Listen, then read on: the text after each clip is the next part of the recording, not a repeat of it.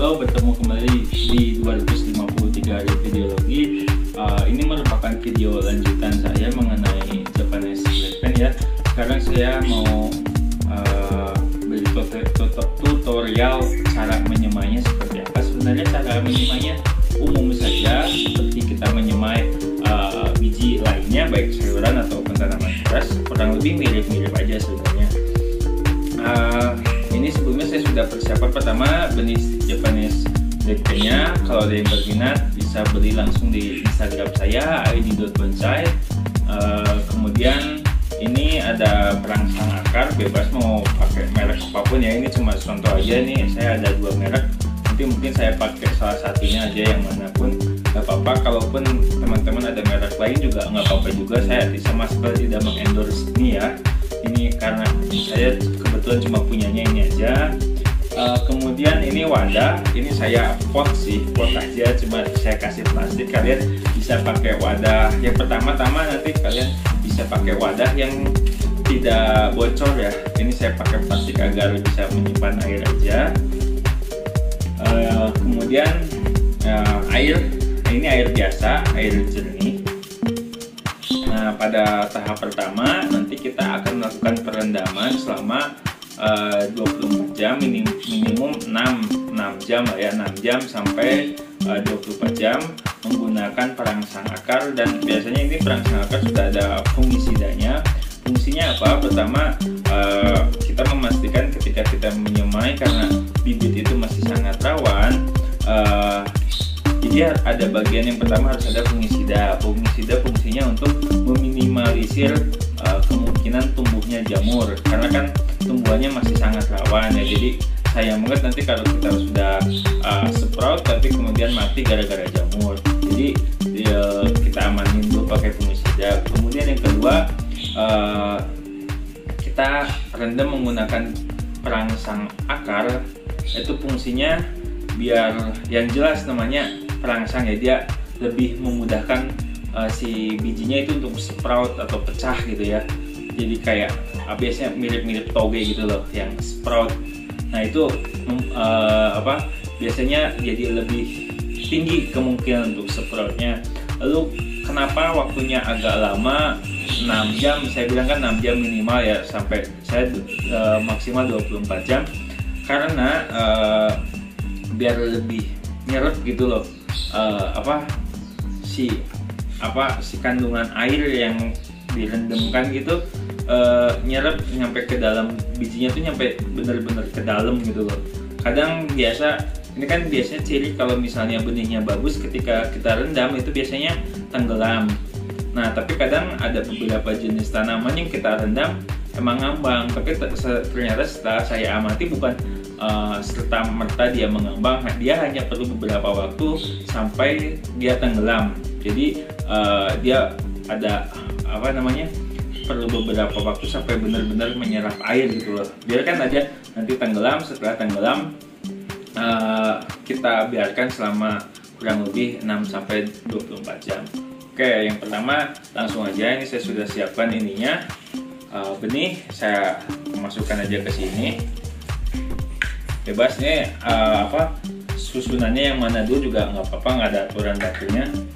Mungkin yang pertama saya masukkan air. Ini sebenarnya untuk dosis ini itu biasanya 1 mili itu untuk 1 liter air ya. Tapi karena ini kan benih cuma sedikit, jadi saya isi segini. Dan nanti untuk perangsang akarnya saya kasih kira-kira aja, tapi saya kasih sedikit. Kita coba yang ini deh.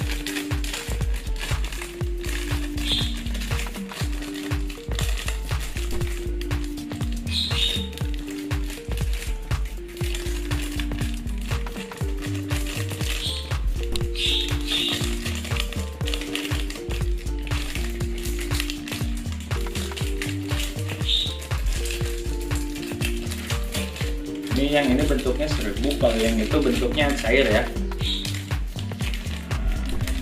Kalau yang serbuk sebenarnya kadang suka ada yang diolesin aja, nggak apa-apa, tapi saya ambil segini aja, kecil sedikit banget.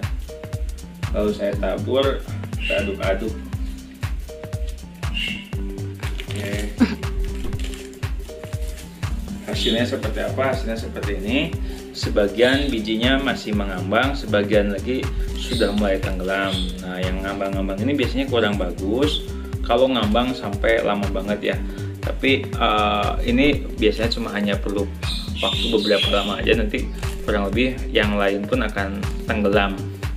Oke, nanti saya update terus perkembangannya sampai dia mulai sprout ya. Oke, sementara sudah disimpan seperti ini, saya akan simpan benihnya di tempat yang gelap.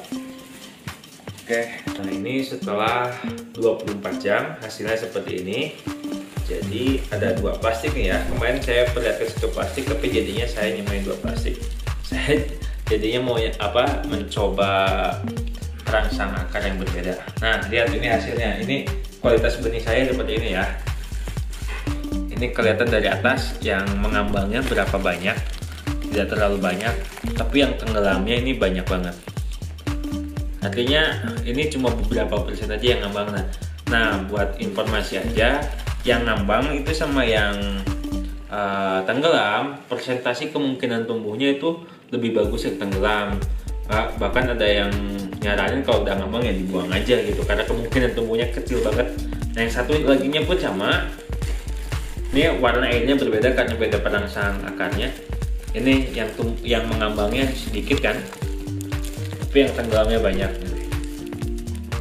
Nah, oke, kelihatan ya di video, kelihatan. Nah, ini perbedaannya seperti itu. Nah, itu dari benihnya. Ini kondisi setelah kurang lebih 24 jam saya rendam di tempat yang gelap tanpa udara ya, jadi saya masukkan ke plastik. Lalu yang kemudian harus dipersiapkan adalah media.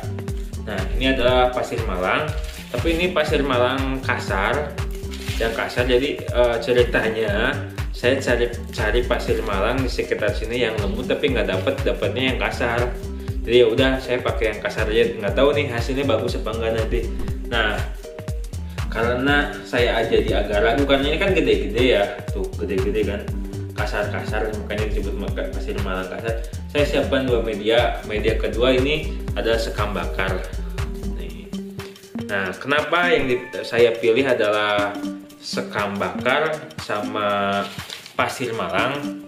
Alasannya karena kedua media ini sifatnya steril. Kalau sekam bakar ini ya jelas steril karena sudah dibakar, jadi kemungkinan adanya jamur atau bakteri itu sangat minim.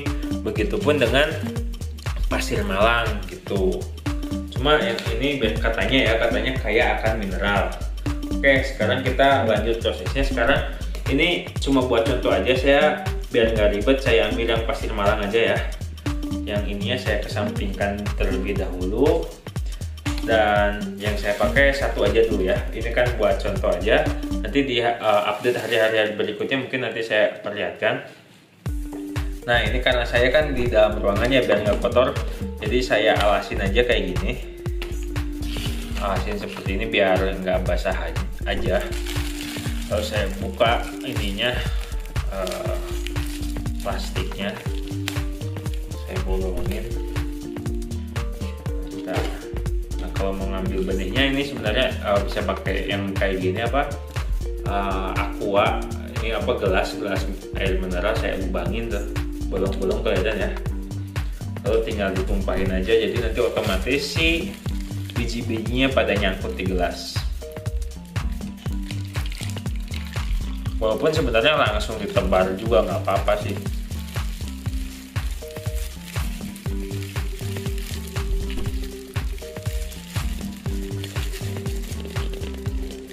Nah, masih pada nyangkut juga nih di plastik, jadi malah bisa langsung kalau kayak gini. Lihat ininya saya masukkan ke sini. Ini saya nanti tanam. Ini ya kita tinggal buka lah ya, tanam biasa aja. Ini satu pot ini saya isi berapa, saya isi kira-kira aja. Yang penting jangan terlalu padat aja. Kalau misalnya sudah dirasa terlalu padat, udah tinggal dipisah aja. Kayak ini saya tanam segini, saya kelihatannya sudah terlalu padat. Makanya ini masih ada sisa seperti ini saya nanti jadikan 2 pot atau 3 pot gitu. Kecuali ukuran potnya yang agak gede gitu, biar sekalian mungkin bisa jadi satu tempat. Nah, setelah itu ini medianya tadi harus sudah basah ya, harus sudah lembab-lembab gitulah. Nah, sekarang kita tinggal siram aja.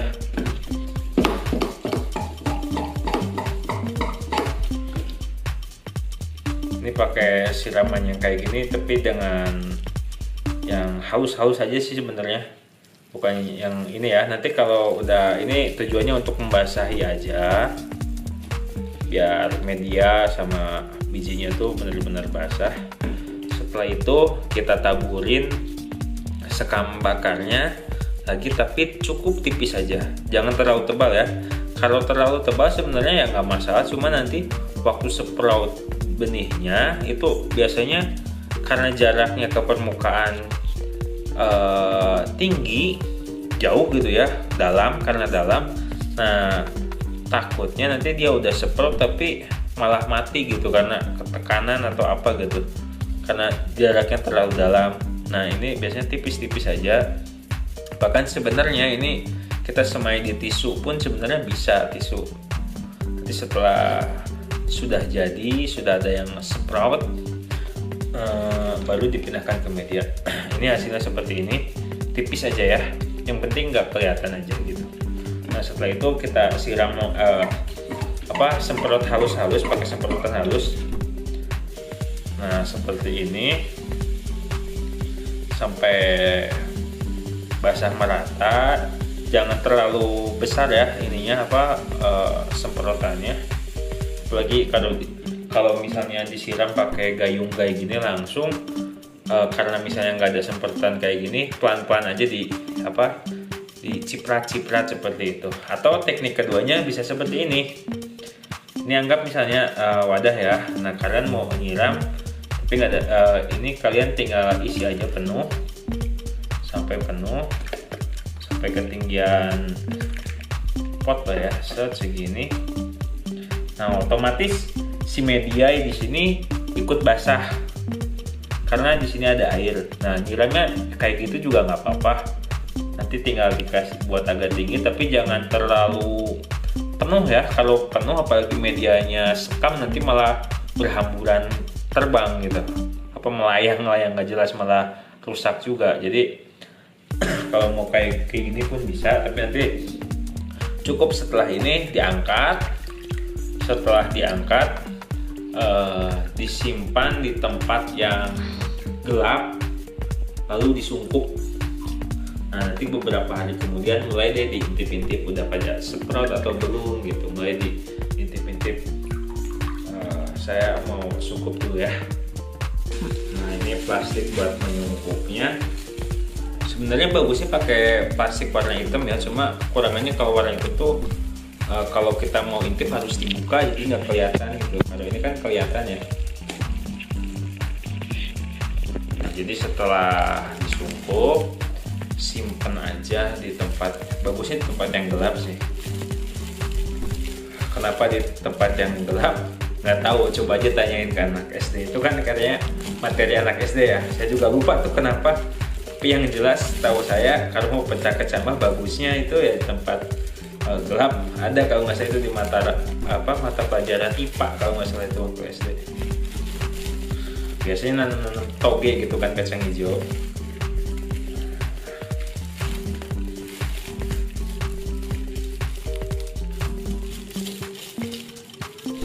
Lalu apakah kalau misalnya disimpan di tempat yang nggak gelap nggak bakal sprout? Tetap bakal sprout, cuma katanya kalau yang udah berpengalaman biasanya dia simpen di tempat-tempat yang gelap. Ini penampakan hari ke-7. Saya buka dulu sungkupannya ya, biar kita bisa lihat seperti apa. Oke, ini sungkupnya sudah saya buka. Sekarang kita lihat langsung satu persatu potnya ya. Ini medianya sekam bakar. Oh, sekam bakar ini paling atasnya, bawahnya itu pakai pasir malang kasar. Yang ini pasir malang yang kasar ya. Yang ini pun pasir malang yang kasar. Ini full sekam bakar. Yang ini belum terlihat penampakan ada yang jadi, cuma ini satu aja nih. Oh nggak bisa fokus kameranya. Ini sekam bakar full. Ini sudah terlihat ada beberapa yang pecah ya. Nah ini sekam bakar full. Sini paling banyak kayaknya yang terlihat. Nah, di awal tadi saya mengatakan kita harus menggunakan media steril. Nah, saya sudah menggunakan steril pun tetap ada problem. Apa problemnya? Kita lihat baik-baik di sini. Nah, ini ada titik putih ya. Kameranya tidak bisa menjangkau sedetail itu ya. Ini pokoknya ada titik putih di sini. Itu adalah jamur. Nah, jamur ini yang ditakutkan tumbuh di saat kita menggunakan media yang tidak steril. Bahkan ketika saya menggunakan media yang sudah saya anggap steril pun ternyata masih ada tumbuh jamur. Nah, itu kalau kita temukan itu langsung dibersihkan saja, langsung diambil. Kalau memungkinkan pakai tangan, kalau tidak bisa pakai lidi atau alat bantu lainnya. Intinya dibersihkan. Oke, mungkin itu saja video kali ini mengenai cara semai biji black pen, Japanese black pen dari usia 0 HSS sampai 7 HSS atau hari setelah semai.